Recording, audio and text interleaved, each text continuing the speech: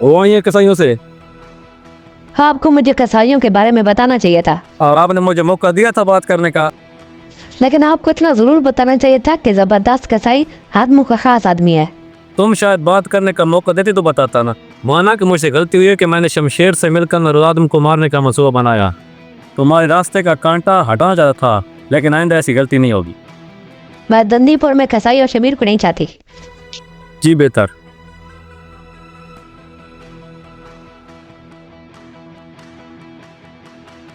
बिठाओ उसको, थोड़ी देर बाद उसको चलता करना। ठीक है साहब। मिनिस्टर साहब आज बिजी हैं। उनको बताया नहीं कि कौन आया है। मिनिस्टर साहब आज मीटिंग में, बाद में आएगा, आज मुलाकात नहीं हो सकती। कार तो इसी रास्ते से जाएगा ना। अगर इंतजार करना है तो शौक से कीजिए, लेकिन आज मुलाकात नहीं हो सकती। कौन है ये सरफरा? ये उसी का बेटा है जिसका नाम सुनकर मिनिस्टर भागे भागे जाते थे। जैसे ही वक्त बदला, मिनिस्टर साहब ने भी गिदगिद की तरह रंग बदल लिया। मिनिस्टर फारिग नहीं हुआ अभी तक? साहब मैंने तो आपको पहले भी कहा था कि मिनिस्टर साहब मीटिंग में है, तो आप नहीं बैठते किसी। फोन करो उनको। साहब वो आपको मिलेंगे नहीं अभी, वो मीटिंग में है। मिलाओ उनको। साहब वो नूर आदम का बेटा।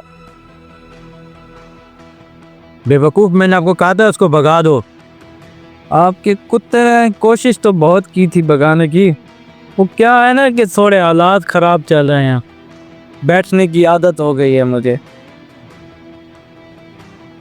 तुम अपनी बकवास बंद करो और यहाँ से चलता बनो, नहीं तो तुम्हें अंदर करवा दूंगा। साहब ने एक अमानत भेजी है आपके लिए और कहा है कि अपने हाथों से देगा। वो क्या है ना कि हम दंदीपुर के लोग हैं, शहर में ज़्यादा वक्फियत नहीं है। अगर आप ज़्यादा मसरूफ़ हैं तो यहीं पास में साहब का एक और दोस्त जो अखबार में काम करता है, उसी के पास जा रहा हूँ मैं। अंदर आ जाओ।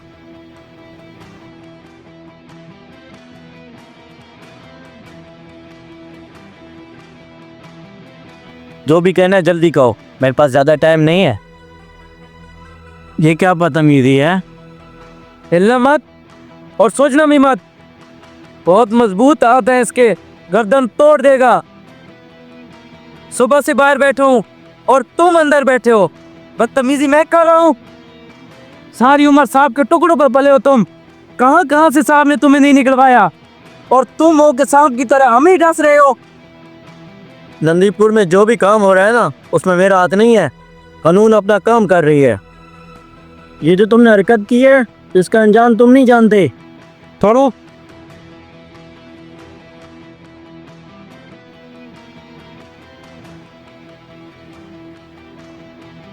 ये तुम्हारी अमानत है। बहुत ही घटिया आदमी हो तुम।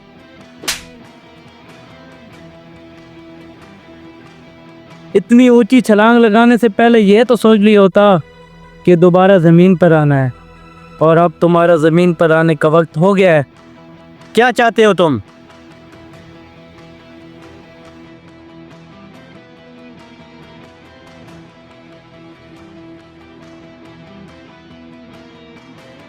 साहब हॉर्स वापस जा चुकी है और आप भी जा रहे हैं। नरोज आदम के साथ हमारा क्या होगा? मेरा बेटा अगवा हो गया है। इतनी देर हो गई है, कोई पता नहीं चल रहा।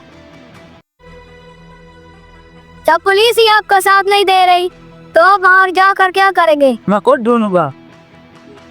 सर मैं आपको एक मशवरा दूं, अगर आप बुरा ना माने तो इसके अलावा आपके पास और रास्ता नहीं है। आप साहब से मदद क्यों नहीं लेते? कौन साहब? नरोज आदम। वो क्या कर सकता है? वो तो खुद सलाखों के पीछे बैठा है। जेल में बैठे बैठे DIG साहब का तबादला करा सकता है। उनसे मदद मांगने में फिर क्या बुराई है? हो सकता है आपका मसला हल हो जाए।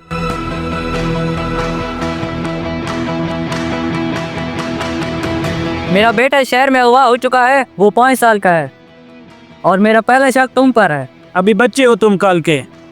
मेरी दुश्मनी की म्यार पे पूरा नहीं उतर सके तुम। यहाँ के लोगों से पूछा तो उन्होंने बताया कि तुम औरतों और बच्चों को नुकसान नहीं पहुँचाते। अभी फ़ोन आया है मेरे पास, कहा गया है कि अगर तुम्हें हवालात में मार दूं तो मेरा बेटा आज रात में वापस आ जाएगा। तो क्या सोचा? मार दो। तुम जानते हो कि मैं ऐसा नहीं कर सकता। क्यों? औलाद का मामला है। मैं तो तुम्हारा और तुम्हारी सरकार का बड़ा मुजरिम हूँ।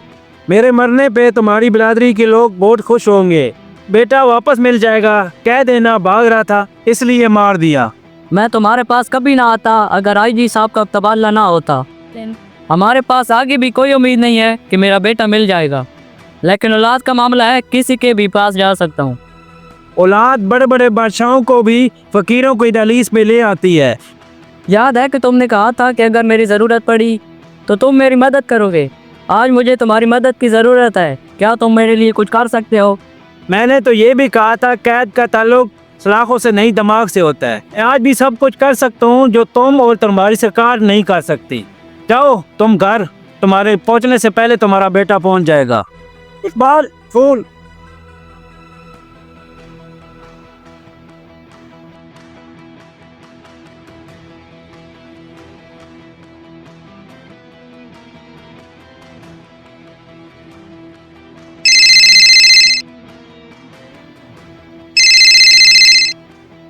नरोज बात कर रहा हूँ। ये मीर हसन का बेटा अगवा हो चुका है, वो शहर गया है। मैंने उसको कहा है घर पहुंचने से पहले तुम्हारा बेटा पहुंच जाएगा। जी हो जाएगा साहब। शमीर और शबाज दोनों साथ ही शहर में होंगे। मैं उनसे कह देता हूँ कि बच्चा SHO के घर में पहुँचने से पहले घर में होना चाहिए। साहब जेल में किसी चीज़ की ज़रूरत हो तो बताइएगा ज़रूर। आपकी खिदमत करके मुझे खुशी होगी।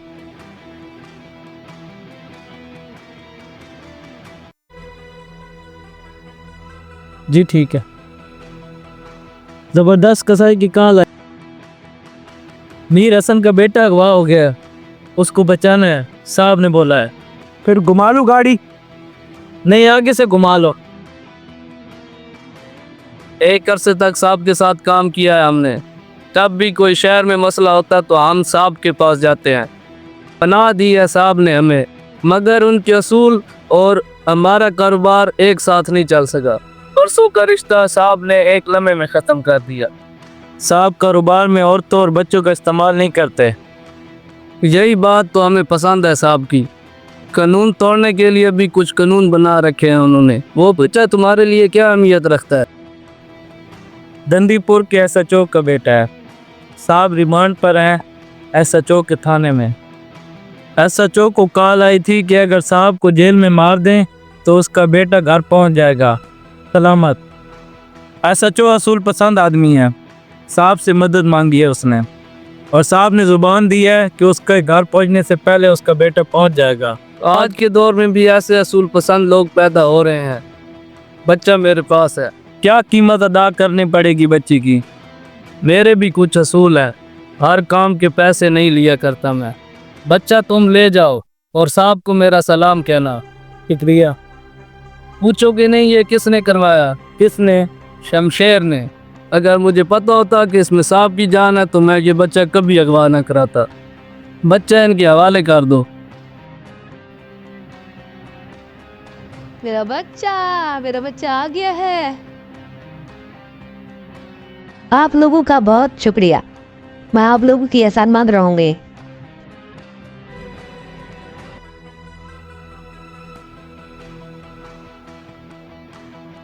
आ गया है। वो रो रहा था, डरा हुआ था और सहमा हुआ था। मैंने सुला दिया है उसे। तुम जाओ गाड़ी में बैठो। जी गाड़ी में बैठो। थैंक्स। इसकी ज़रूरत नहीं है। जो भी कहना है साहब से जाकर कहना। मेरी किसी के साथ कोई दुश्मनी नहीं है। तुम्हारी नहीं हमारी है। साहब इस वक्त तुम्हारी कैद में है। बेहतर होगा कि तुम इन्हें यहाँ से ले जाओ। तुम चाहते हो कि मैं अपने बच्चों को उस जंगल में ले जाऊं? जानवरों से पाला पड़ा है, इसलिए तुम्हारी बीवी बच्चों को उस जंगल में रहना होगा। बाकी तुम बेहतर जानते हो।